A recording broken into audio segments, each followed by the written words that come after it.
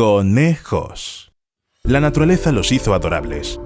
Pero cuando uno es tan adorable, es bastante difícil defenderse. Es decir, los conejos pueden ponerse de pie sobre sus patas traseras, empezar a arañar, pelear, pero siguen siendo conejos. Su estrategia de comportamiento más común al ver a un depredador es huir de inmediato. Además, los conejos pueden hacerse los muertos. Este comportamiento es provocado por un fuerte miedo. El animal se tumba inmediatamente de espaldas y se queda completamente quieto hasta que el peligro desaparece. Pero aquí hay un pequeño problema. Los coyotes que cazan conejos son carroñeros. Así que si van a cazar la cena y esa cena resulta estar muerta, a los coyotes no les importará. Es incluso más conveniente de esta manera. No hay necesidad de gastar energía. Simplemente lo agarran y se lo comen. Sí, los conejos se dan cuenta de lo que hacen los depredadores y normalmente intentan no montar un espectáculo delante de los coyotes. Pero todos cometen errores. Además, un conejo puede hacerse el muerto solo por desesperación, esperando lo mejor. Pero cuando se trata de coyotes, definitivamente no hay nada que esperar. Por supuesto, no solo los conejos fingen la muerte. En realidad, es una estrategia bastante común entre muchas criaturas, desde las aves hasta los peces. Pero definitivamente no lo esperaba de los patos. En 1975, los científicos observaron detenidamente cómo los zorros en cautividad atacaban a 5 especies diferentes de patos. La mayoría de las aves eran atacadas por detrás o por el costado. Los patos fingían inmediatamente la muerte y permanecían inmóviles, a veces durante 14 minutos seguidos. Se trata de una estrategia cuidadosamente planificada, ya que los zorros no se comen las presas en el momento. Llevan las aves a sus guaridas y suelen dejarlas cerca de la entrada para comerlas después. El zorro solo tiene que apartar la mirada para que el pato cobre vida de repente y salga volando. Esto solo funciona con los zorros jóvenes, que aún no saben cómo manejar la presa y dónde morder para evitar que la cena desaparezca delante de sus narices. Pero todos estos animales que se hacen los muertos tienen algo en común. Se trata de un comportamiento consciente. Las cabras miotónicas no tienen tanta suerte. Se trata de una raza de cabras americanas con miotonía congénita, una enfermedad hereditaria que provoca la parálisis temporal de todos los músculos. Los músculos de la cabra se contraen cuando se asusta, se queda quieta y se cae de lado mientras sigue consciente. Dicen que los pastores llegaron a utilizar cabras desmayadas para proteger a las ovejas.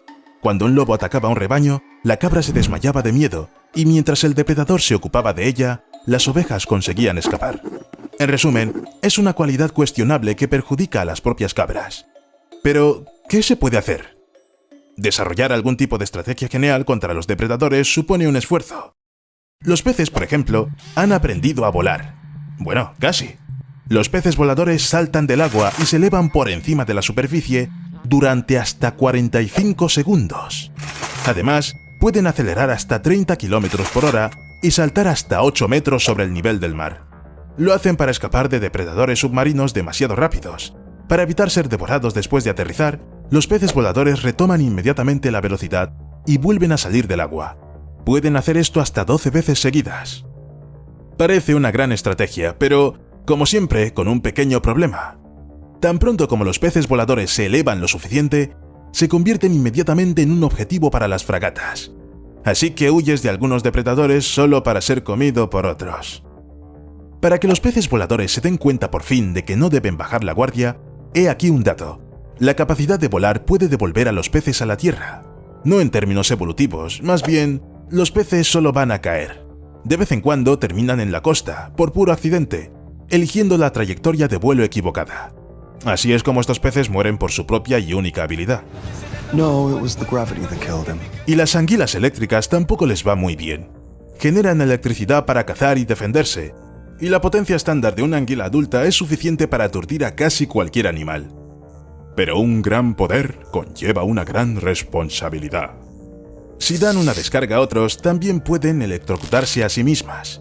Las anguilas se electrocutan solas, tanto en la naturaleza como en los acuarios. No ocurre muy a menudo, pero aún así...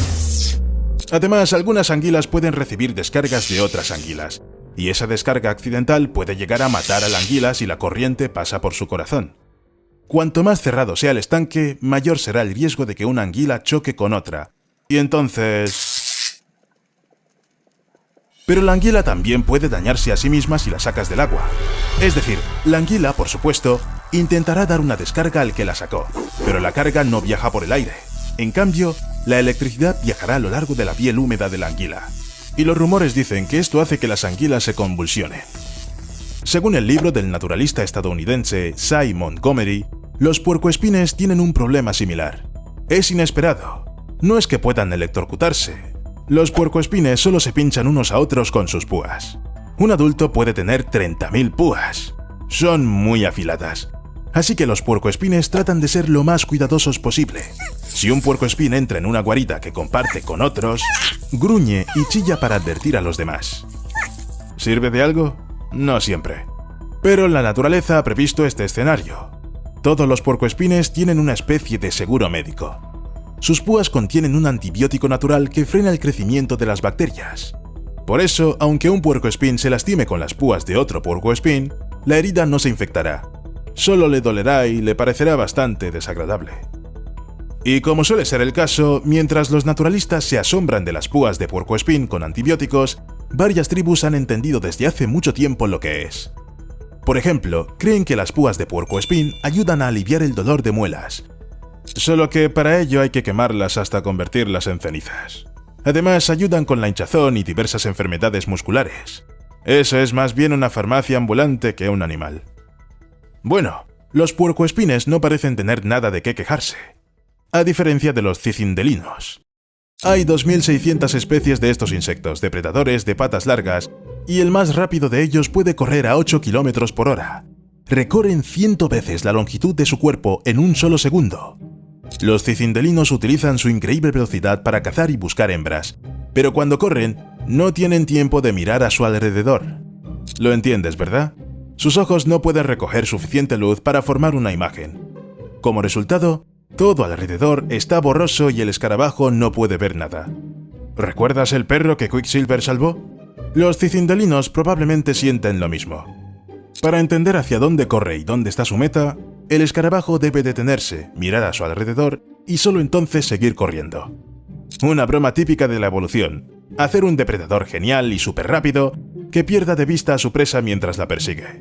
Además, choca con todo tipo de cosas por el camino, porque a esa velocidad es imposible evitar chocar con un obstáculo. Pero los escarabajos parecen hacerlo bien. Siguen atrapando presas, atrayendo a las hembras y ya están acostumbrados a las colisiones constantes. Podemos decir que se han adaptado a este regalo de la evolución. Los carboneros chinos tuvieron menos suerte. Si una serpiente se acerca a su nido, estos pájaros empiezan a hacer ruido para avisarse unos a otros. En respuesta a esta llamada de alarma, todos los que pueden volar emprenden el vuelo, incluidos los polluelos. En cuanto el peligro desaparece, los pájaros regresan. Parece una gran estrategia. Pero los córvidos depredadores entienden lo que significan estas llamadas de alarma.